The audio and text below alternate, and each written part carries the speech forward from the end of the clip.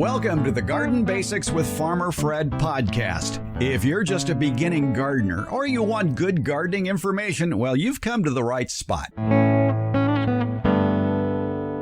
Are you looking for easy-to-grow fruit trees that are loaded with fruit year in and year out? Well, it's hard to beat peaches and plums. Today, we talk with a fruit tree expert about the delicious choices available, how to care for them, and how to battle the few problems that they get. Also, our favorite college horticulture professor, Debbie Flower, takes the bitterness out of cucumbers for us.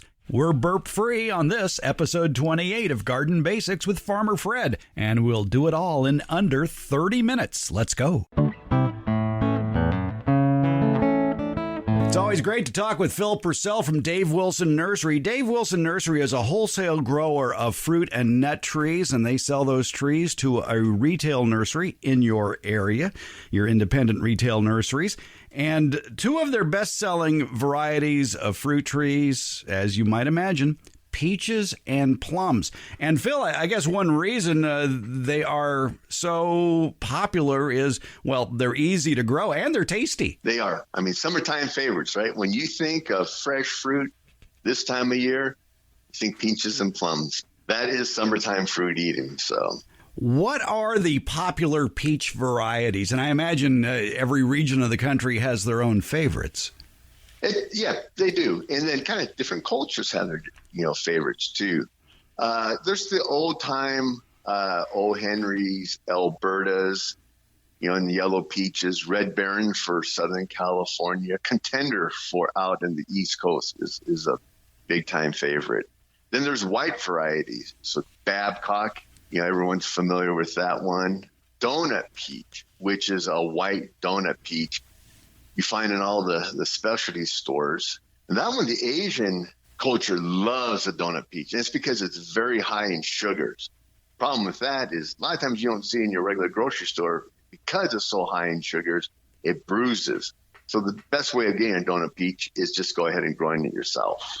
And one reason it's called a donut peach is it's kind of flat. It's not necessarily globular like you might imagine a peach is. It's kind of flat like a donut. It is. It's known as a saucer peach or pinto peach. It's like a flat donut. And as you said, very, very sweet. Very sweet. So peaches come in two categories, or we categorize them ourselves as either acidic or non-acidic. So acidic is when you remember that old time peach, the summertime peach where you bite into it and has that sweet, little slightly tart, juicy flavor. That's an acidic peach. And generally speaking, those are all going to be all your yellow peaches. Floyd Zager really did a lot of hybridizing. And like the Europeans and the Asians, they don't tend to like the acidic peaches as much as the white peaches, which is really more of a sweet, sugary type of peach. So those are the two peaches that are your choices when you go into a retail garden center to pick. And you start, do you want a yellow peach or do you want a white peach? Floyd Zager, of course, a fruit tree hybridizer of note, probably the most famous hybridizer in America. He is. Absolutely. Now, two terms that people may come across when they're looking at peaches are freestone and cling peach. What is the difference? So freestone is if you take a peach and you cut it in half and twist it, if the flesh pops away from the pit itself, that's a freestone. If you try to twist it and it doesn't, well, that's a cling peach, and the flesh will actually cling on to the stone itself. Just two different, eating-wise, generally people kind of prefer the freestone because you can easily separate it from the pit and then cut it into slices. Cling peaches make very good eating peaches. They're also tend to be the ones that the canners use, are the cling peaches. So. Now, one limiting factor when it comes to peaches, and if you're looking for a tasty peach, if you go to the Dave Wilson Nursery website, davewilson.com, you can find their list of the best tasting varieties over their taste test results that they conducted over 20 years. And among the top scorers for peaches include the Harkin and the O. Henry, but they have a requirement of a lot of chill hours. A chill hour is any hour below 45 degrees, ideally between 32 and 45 degrees during the period of November through February. And most areas of the country, if they have cold winters, they get over 800 chill hours, which is perfect for the O. Henry and the Harkin. But for areas like Southern California or the Southern United States that may have fewer chill hours, what are the best tasting varieties for them? Probably one of my favorites is Red Baron. And the Red Baron is it's an acidic, high-flavored peach, but it's also an edible ornamental. When I say edible ornamental, when the Red Baron blooms, the flowers are of almost a red color as opposed to the typical pink. So it's a really, really dark, pinky red bloom. So it's a beautiful tree, and the fruit it produces is great. And then that's for the yellow peach. On the white peach, one of the favorites, again, is the donut. The donut peach is very popular. Interesting thing about the donut peach is that it is very low chill adaptable. However, it is a very cold hardy peach. So you can plant a donut peach in San Diego and it'll perform well. And you can plant a donut peach over on the East Coast, on the Eastern Seaboard, and it'll perform well. All right. Yeah. The donut white peach has a chill requirement of 200 to 300 hours, which is not much at all. And we should point out that the reason those chill hours are necessary, it helps the tree set its buds for the following season. Yes. It's becoming even more out here in California. It's become more evident that we're acquiring less chill hours every year. So, all the breeders, they're very, cognizant of this, and they're breeding for the fact that we're not having as much chill hours and that they have to focus in on lower chill fruit. One of my favorite peaches is actually a miniature peach. It only gets maybe 5 or 6 feet tall. But what I really like about it, besides the tasty fruit, is the beautiful flower show it puts on in the spring. And that's the Garden Gold miniature peach. It's a yellow freestone peach.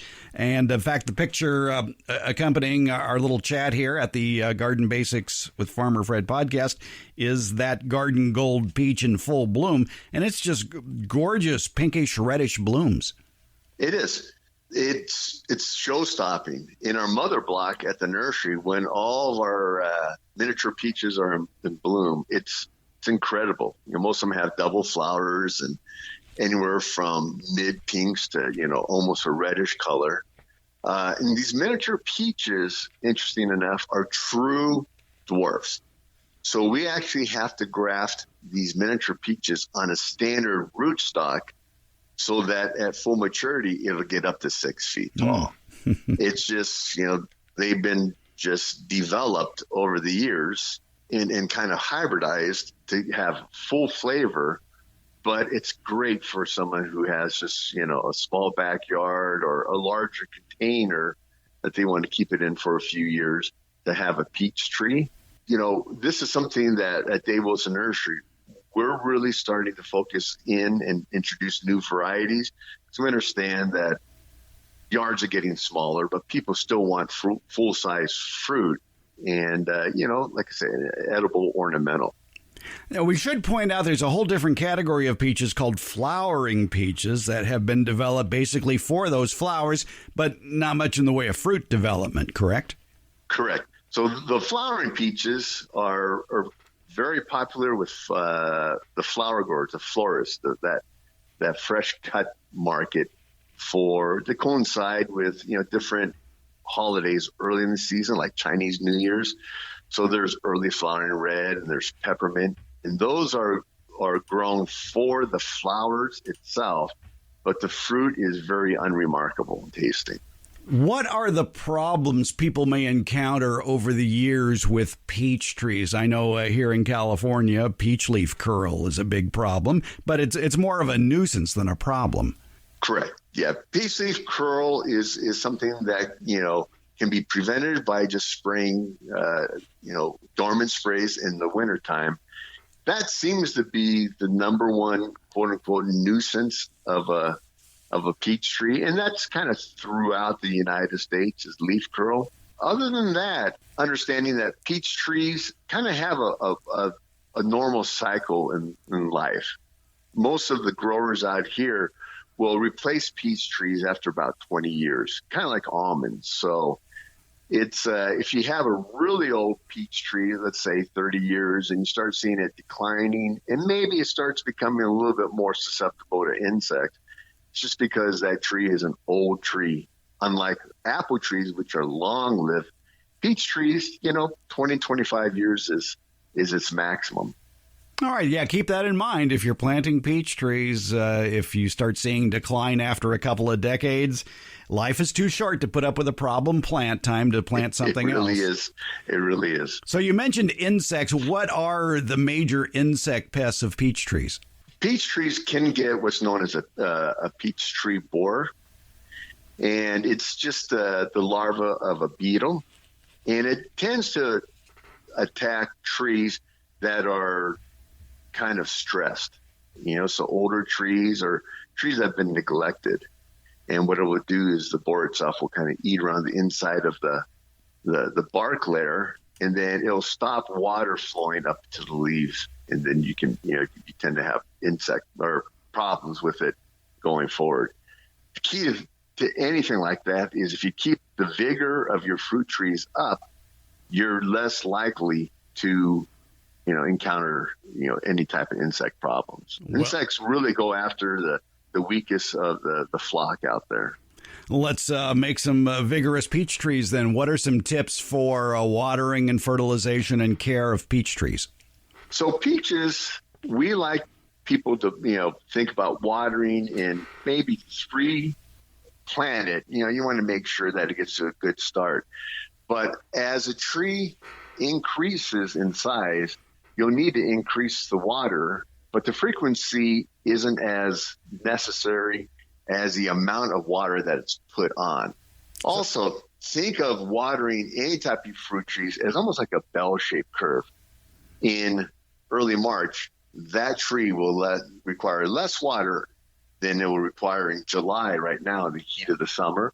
So if you have it on a regular timer, and you have it set at a March setting, you're going to want to make sure that in July you increase the amount of water that you're putting down. And then when you get into September, you want to decrease it. Think of it as, like I say, a bell-shaped curve. It's really hard to say how much water to put on each tree because everyone's soil is a little bit different. But if the tree's not getting enough water, it's going to let you know. It's going to go ahead, start wilting. So that's when you need to apply more. And you're going to generally find that in July and August. For areas of the country that get summer rain, do peach trees still need regular irrigation? It kind of depends. If you get regular summer rains, that's probably going to be sufficient enough. I'm thinking more of here on the West Coast, which, we have that Mediterranean climate where we get no summer rain. And irrigation is definitely something that needs to be done. But on the East Coast, when you get heavy rains, that's generally going to be sufficient enough. What about fertilizer for peach trees? Is it necessary? We really like, when we go back and talk about the vigor of a tree, generally speaking, it gets a lot of vigor from fertilizers. And we at Dave Wilson Nursery, we like to recommend organic fertilizers. And a kind of a good, if you want to just very easy rule of thumb, is you fertilize right after the fruit sets around pea size with an organic fruit tree fertilizer. And then once again, midsummer with that, organic fruit tree fertilizer.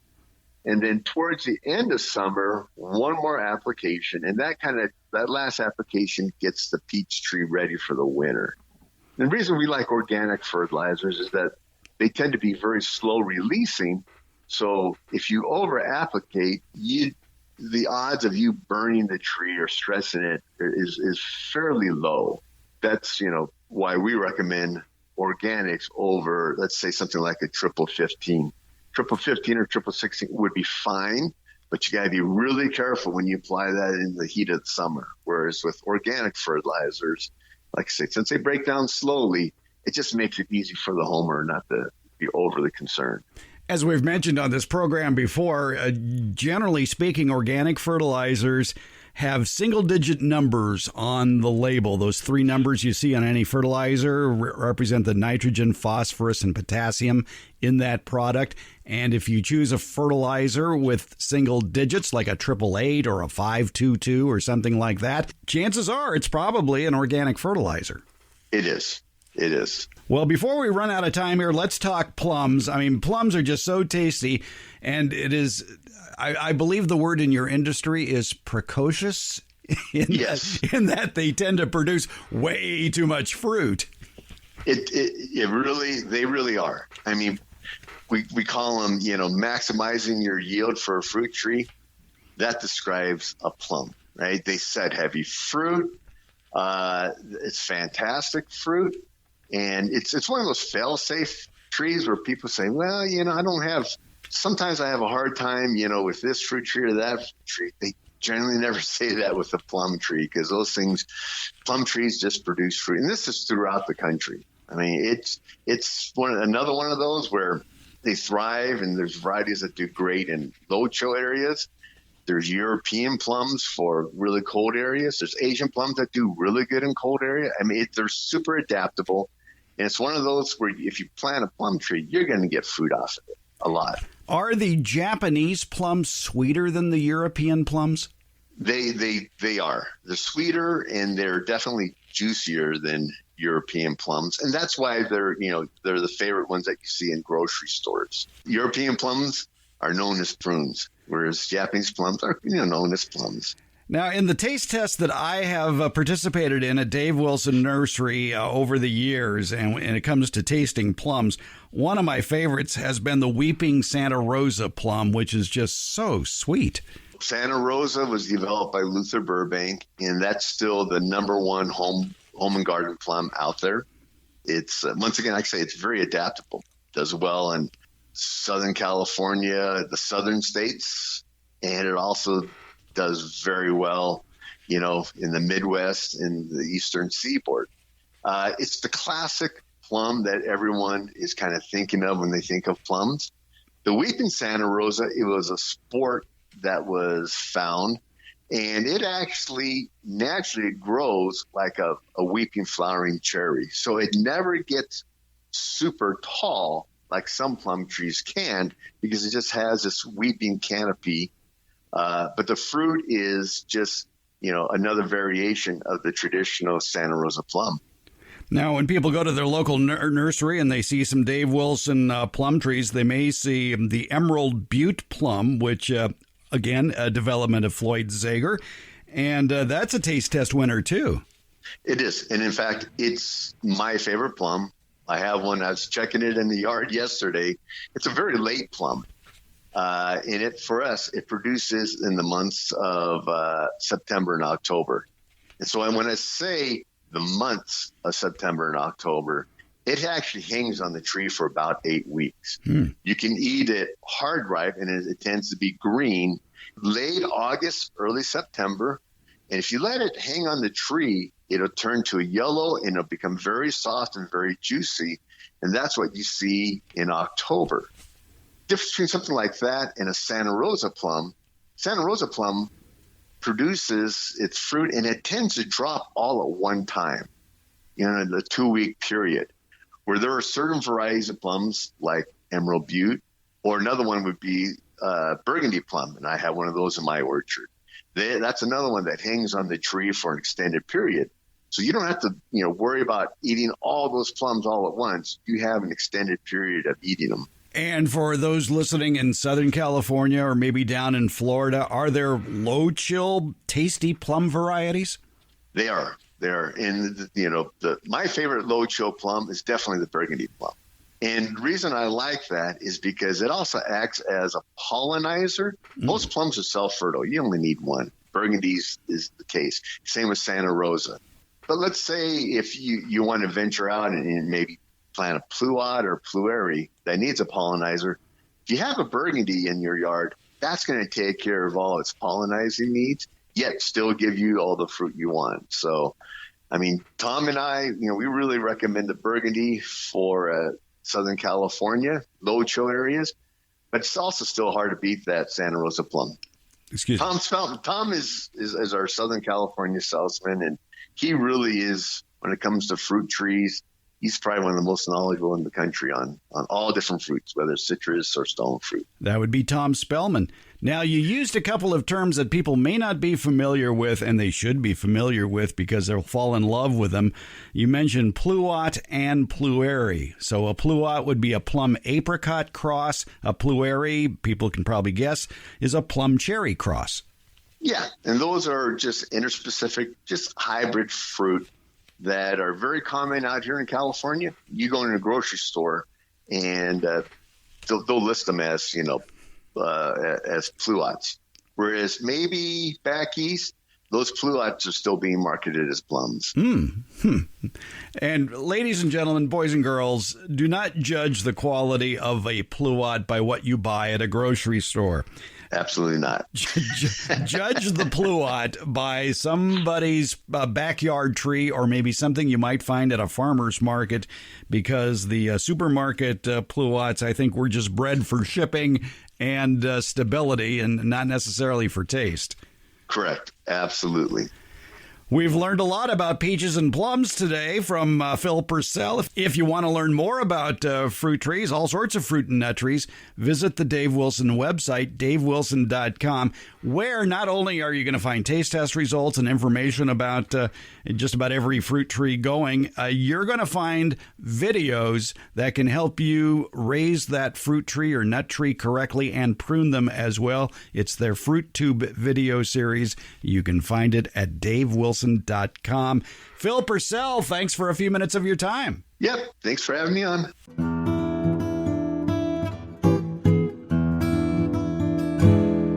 As you know, there's many ways you can reach us to ask garden questions. You can email them in to fred@farmerfred.com. You can leave a message at the Get Growing with Farmer Fred Facebook page, or at Farmer Fred on Twitter, or at my Instagram page, Farmer Fred Hoffman. Also, there's a phone number, 916-292-8964, 916-292-8964. If you don't want to talk into the phone, you can text a message to that number. And that's exactly what a very bitter gardener did recently. He or she wrote in and said, I have never managed to grow vigorous cucumber vines, and the cucumbers themselves are often bitter. I've heard many explanations for this, including a lack of water, weather that's too hot, weather that's too cold. What exactly is the truth? Well, when we go searching for the truth, we have to bring in our favorite college horticultural professor, retired, Debbie Flower, who can tell us what is truth. And Debbie, when it comes to cucumbers, what is the truth about bitterness? Well, they can be bitter. Thank you. Good night, everybody. They produce an enzyme or a chemical, I'll just say a chemical inside of them that causes bitterness. And of course, there's been lots of breeding done on cucumbers, and that chemical in general is overridden by other chemicals that cause sweetness in cucumbers. And the breeders have worked on that and made the cucumbers better and better. But I have to admit, I have grown bitter cucumbers, and I have purchased cucumbers from the store that are bitter. And bitter cucumbers are definitely a disappointment. Not what we're expecting, not what we want. So when we're growing our own, which is a wonderful thing to do, I love cucumbers and I love growing my own. There are some things that can help us not have bitter cucumbers. One is to grow them in the right place, and that's always the case with plants. Right plant, right place.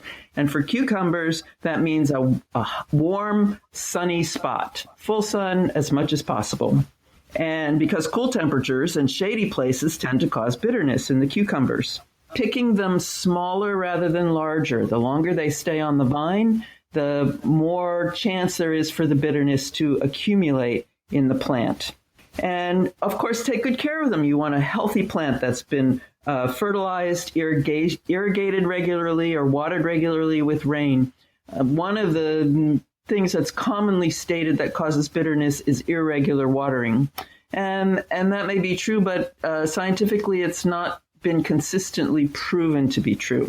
So take good care of the plants, water it, mulch it, and fertilize as needed. If you do happen to get a bitter cucumber, peel the skin off and peel more of the skin at the stem end. So the place where the cucumber was attached to the plant will have more of the chemical that causes bitterness than the other end of the cucumber. And maybe you can save it that way.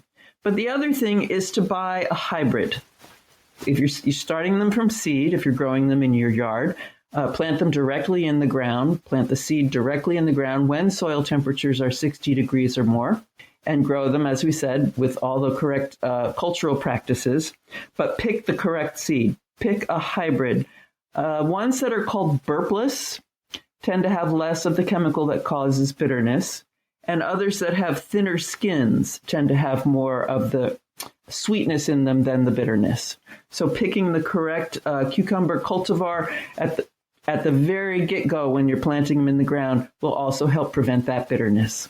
The Contra Costa County Master Gardeners actually did some trialing with cucumber varieties, and among the hybrid varieties that they grew that turned out to be less bitter included Diva, Sweet Success, Cool Breeze, Summer Dance, Improved Long Green, Eversweet, Ashley, Sunnybrook, Saticoy Hybrid, and Lemon. And for those who aren't aware, Contra Costa County is in the San Francisco Bay Area, so I don't know if that has an effect on those choices or not. Yes, climate could be a factor. So ask around, talk to your friends and neighbors who are growing cucumbers and see what they've got that's not bitter. Talk to your Master Gardener program or your Cooperative Extension office, and they may have some hints for you. Yeah, speaking of Cooperative Extension, one of their environmental horticulturists many years ago, Dennis Pettinger, mentioned that if the cucumber expresses bitterness, it can usually be eliminated by peeling away the skin and outer flesh and removing the stem end, just like you said. But he then pointed out the direction of peeling will not have an effect on bitterness, which makes me wonder where that came from. Yes. Like somehow you're spreading the chemical if you go one way and removing it if you go the other way. I don't know. That I'd never heard that before. I had a girlfriend who would cut the stem end off, skin is still on the cucumber, and then rub it around on the right at the cut, the two parts that were just cut apart, rub them together vigorously, and a foam would form. And she said that got rid of the bitterness. I have not been successful with that. Okay, but people will try anything to get less bitter cucumbers, and it seems like the best advice is choose hybrid varieties, plant them in the sun, and perhaps, like you mentioned, add mulch on top of that soil in order to help preserve soil moisture.